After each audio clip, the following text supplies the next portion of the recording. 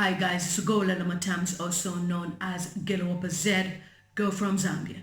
If you're new to my YouTube channel, please subscribe so that each time I upload videos, you will be notified that Z post a video. Hi everyone. In Zambia, we have a place called Mwenelonga, and gold was discovered there. So in the beginning, the villagers were taking the gold, and when the government heard that there was gold there, they sent their own policemen, army people to guard the place. And the Zambian citizens are asking about the gold.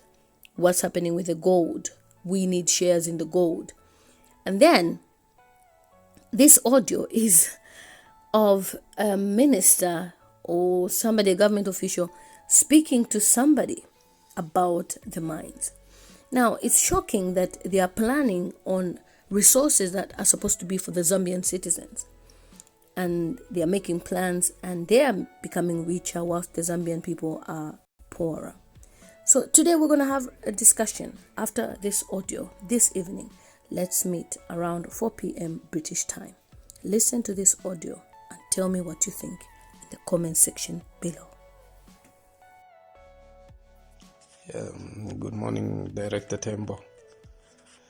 This is Moses Makalashi. I apologize for the time when Mwenyelonga was outside the country. I was in Congo. Yes, the incidents which happened in Mwenyelonga, it's very regrettable for the party, for the nation, and for His Excellency the President. I've been in Kasenseli mine for more than 6 months. Since its inception last year in June, I went to Kasenseli in August. Up to today I've been there. There have been a lot of activities. But me, for one, has been working with the loyal establishment of Chief Chibuika, and being a royal member of the party, I made sure that I opened my eyes and see all the activities which was happening at Kasesere mine.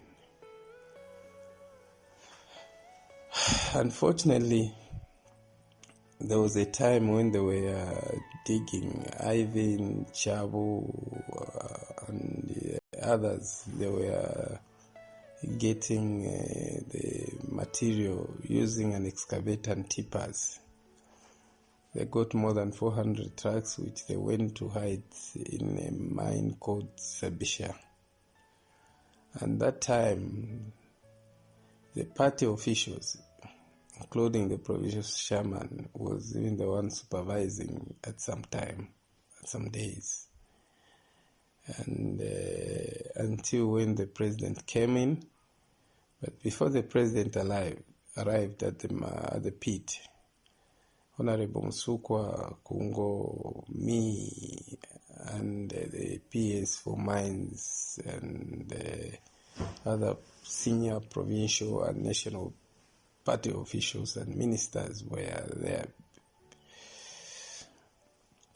And I could hear when Kungo said that no, why this pit, I left it small, now it's big. And then the Minister of Mines told him that you are also eating, meaning you are also participating. And so there were some change of bitter ways between the two people that ended until when the president came in and gave an order to close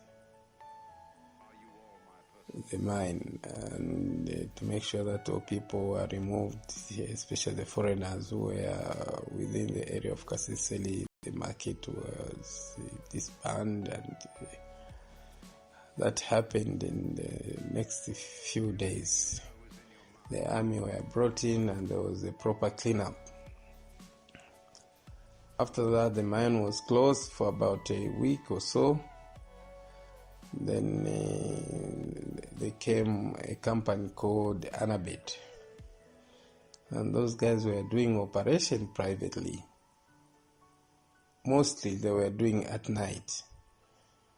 And they did that for almost a month, until when they started engaging people, and the so-called lawyers started even engaging the local community. I traveled to Lusaka and I went back. I was called back.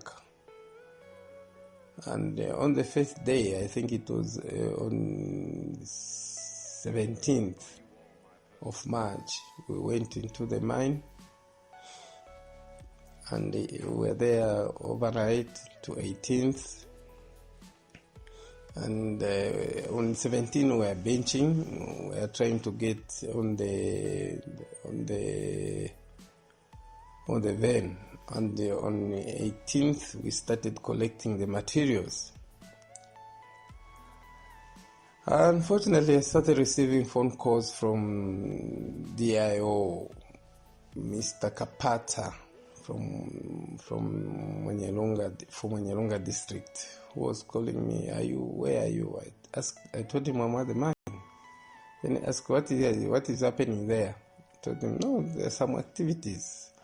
Anabed, they say, called the company which they are doing the production. Then after 2 hours he called me, asked, where are you? And I'm still at the mine. He said, Anabed is still working. I said, yes. And he told me that, that is illegal. We shall pick him up. Because I was there the whole night again. That was my second night. And around midnight he called me. Where are you? I said, no, I'm still at the mine. Sorry. And then he said, that is illegal. Then in the morning, he called me again. Where are you? I said, I'm still at the mine. He said, I think this is too much. And because I had the information that they will be digging up to about 2 o'clock, then close the pit and close that mine. Unfortunately, a colleague came in, Malambo Muzinga. He came in and I don't know, they had some exchange of words, and then he called the IG. Then Inspector Roger was given a phone by the IG, and he was given instruction to close the mine immediately. That's when we went to the pit, and we gave instruction to close the mine. By then, the lawyer disappeared. I think he received a phone call somewhere. He disappeared. But before the mine was closed, there were 48 bags of pure goat soil which we collected. Those were supposed to be given to the police, the police who work inside Kasenseli. And I drove in that Land Cruiser. We got 48 bags and we went to pack them at the camp.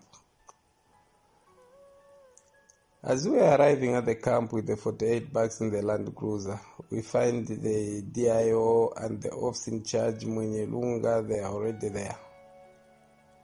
And DIO came to me and said, we have impounded and we shall take these 48 bags of gold and they will be exhibited in the court of law. And they had a couple of meetings with the police commanding of Kasenseli mine and the DIO and the officer in charge. Unfortunately, I was not in that meeting, so I didn't know what was being discussed. And after 2 hours, within the mine there was some confusion, and then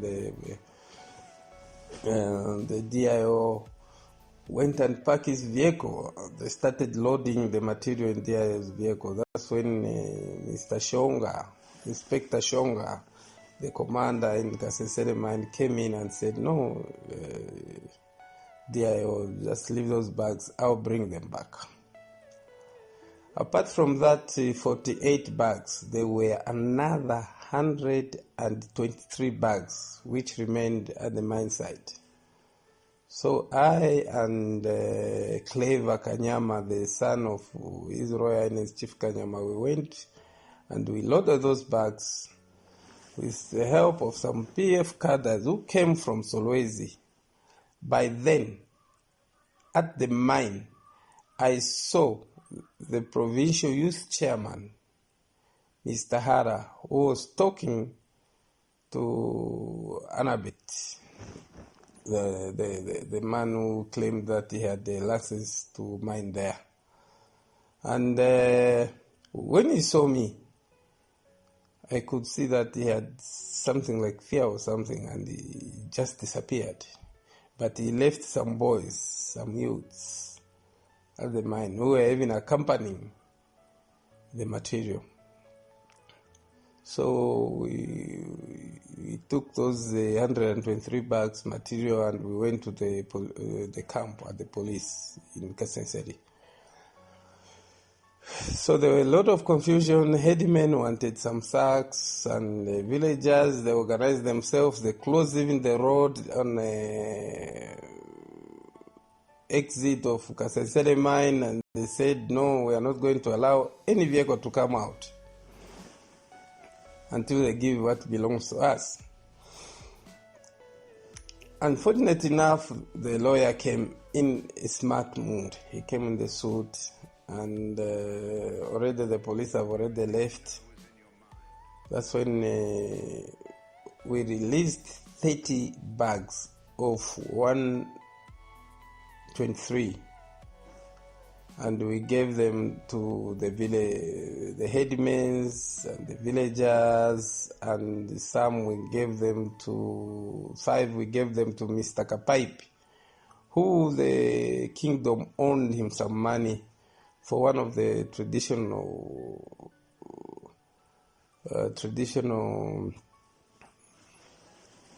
ceremony which happened in Chibwika chiefdom, and that ceremony happened at the palace.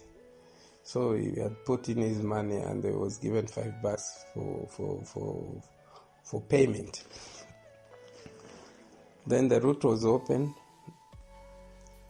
And then now 123 minus 30, I think we remained with 93 bags.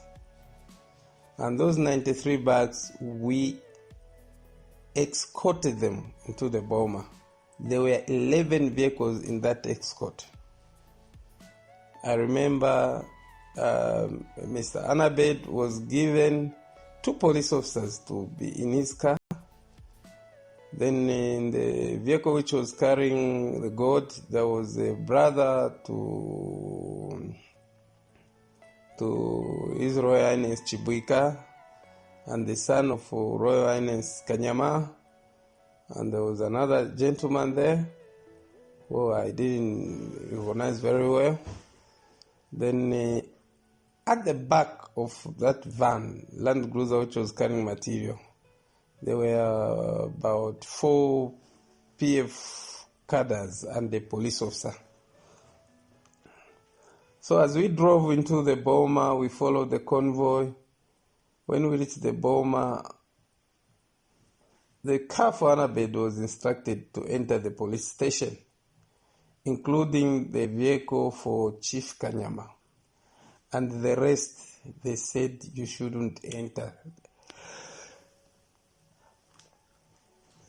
They denied us entry. And when I was standing from afar, I saw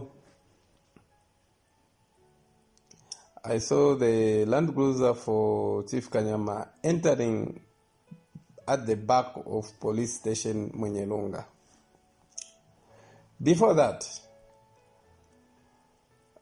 before everything happened, in the morning, I saw Kawatu, Mr. Katoka, and the district youth chairman who came to the mine. And they were seated at the camp, police camp, the all day.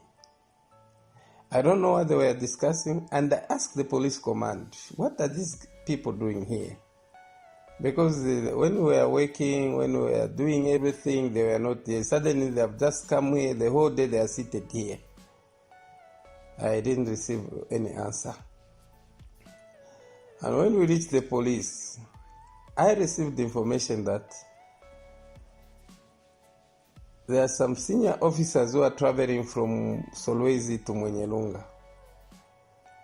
And the boss for Annabed was detained, was warned and cautioned and detained, together with all the bags which were offloaded at the police station. So I received another phone call from Lusaka, which I was told that people are sharing the bags of gold at the police station. You should go there. And I said it's not possible because the police station is a government property and people can't do that. That was around 19 hours. Around 22 hours, I saw my Isuzu KB, which I gave to Mainza. I saw it driving out and I stopped. Unfortunately, Mainza was not the one driving. It was a reserve police officer who was driving. Then I asked him, where are you going with this vehicle this time? He told me he's going to Kaleni to pick the wife. I said, it's impossible. This vehicle can't go to Kaleni now because it has been raining. The road is very bad. Him said, no, I'll go. And I went, we slept. In the morning, that's when there was information that the gold has been stolen from the police.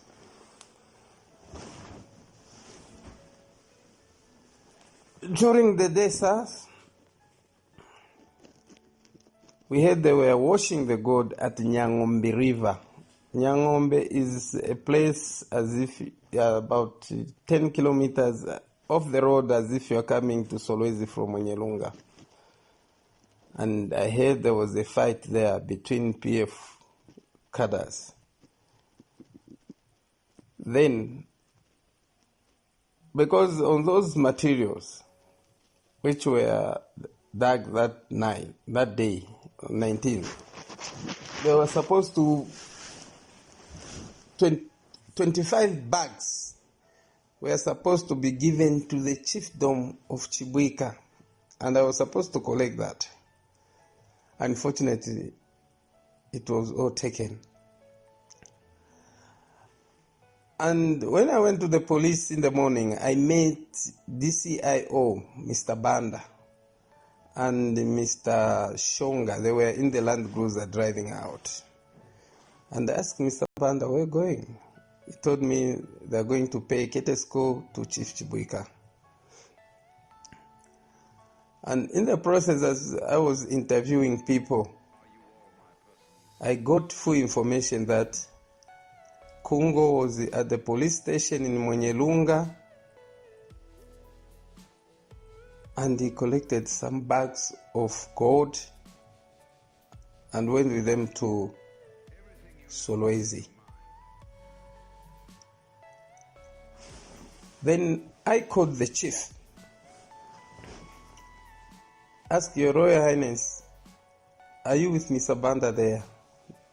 Then he said yes. I told him, can you tell Mr. Banda to arrange that your 25 bags of gold soil should be given to you because he's the most senior officer here and I'm sure he knows. And the DCIO was approached by His Royal Highness Chief Chibuika to say, where are the bags of gold? Then Mr. Banda refused and told the chief that no, there is only 48, which is written in the OB. That 93, I haven't seen it. The chief said, no, I've got information. I know that there's more than 93 bags there. There is actually 93 plus 48. Mr. Banda said, no, me, I just know 48, which is written in the OB.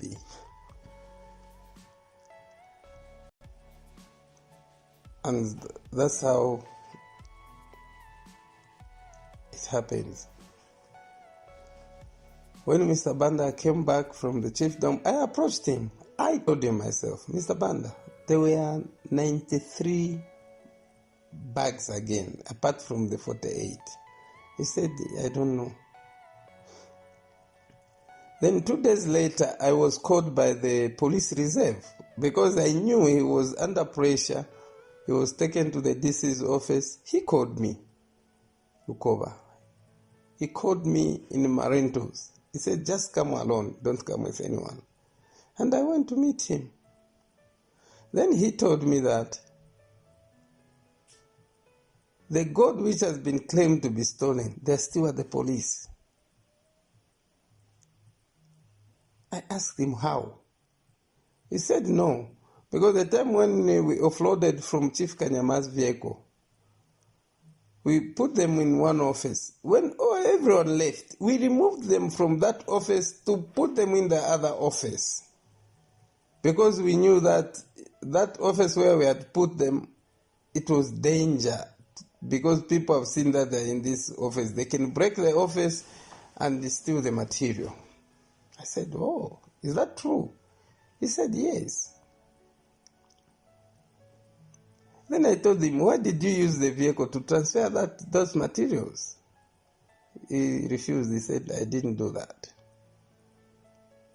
I said, no. The information we have is that you used an Isuzu to go and put fake soil in it and pick the old gold. Some of the gold, you took them to the platoon command of Zambia army. Some of the gold, you took them yourself. Some of the gold was given even to the party officials. Then he said yes, because Mr. Banda and the Kungo arrived at the police station around midnight. And Mr. Banda slept at the police station. And what happened after that, because I left them, I don't know. That's what he told me. But Mr. Kungo, when he arrived, the provincial chairman, he didn't sleep. He just collected the material and left. By the help of Chris Muntelemba, Kawatu, and the district chairman for PF. That's how they left. And the time they were doing that, the lawyer was in the cells. I think he can be the right position of explaining that.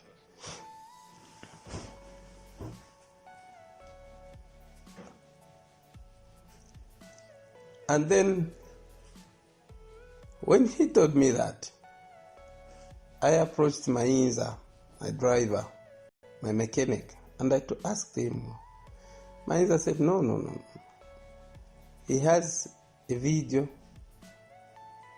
and he has some photos which show that the vehicle was transporting gold at night. And then I was approached again by some PF ladies, who told me the same. No, it was Chris Kawatu, district chairman, and the provincial chairman who took the gold, and they were washing and they shared. And they got more than, I think, 5 kg or something like that.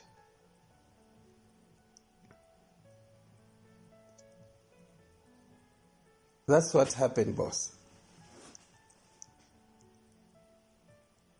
And from there, I hear the lawyer was again locked up. The following morning I went to see him, but we couldn't talk much because it was at the police station. Then I approached the officer in charge, who asked me, who do you work for? I said, the officer in charge, the government is big. And sometimes you don't know how people work. And with me and Malambo, we had to go down. We have written letters. We have seen the communication where the provincial chairman was saying he's going to protect his people.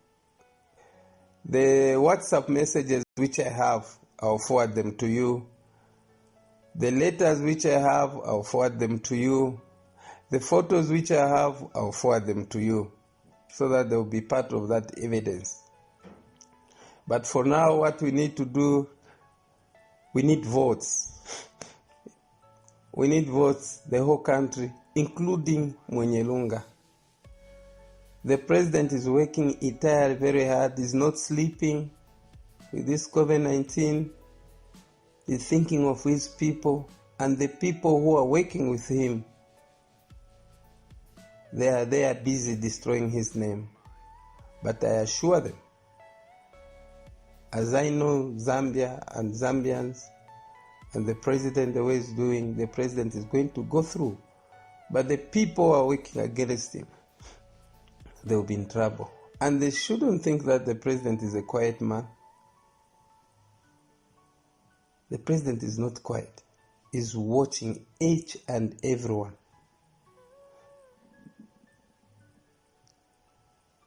Then for now, I end up there. But the history of Kasenseri mine, the people who are involved in those scandals, the people who are behind whatever is happening, was the police commissioner Soloizi, the provincial chairman Northwestern for PF, the minister of mines, the SG of our patriotic party PF, because his friend, when he came, I don't know if it's Mr. I think Mr. Chab or something like that. When he came, he said it in black and white. No one can shake me, because I've got spiritual powers from the Secretary General of the party. And he said that in public, which was very, very sad. And the other party officials, I think the information which are given will help us with the investigation we are going through.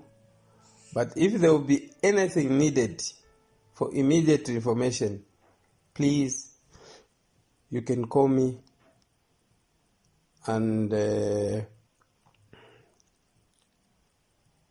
I will give out whatever information I have which can be helpful for our country and for the party at large.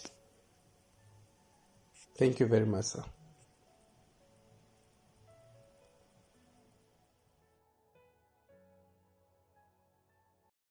Thanks for watching my YouTube channel. Please don't forget to subscribe and hit the notification button, and follow me on all social media platforms. It's simply at lilymutamztv.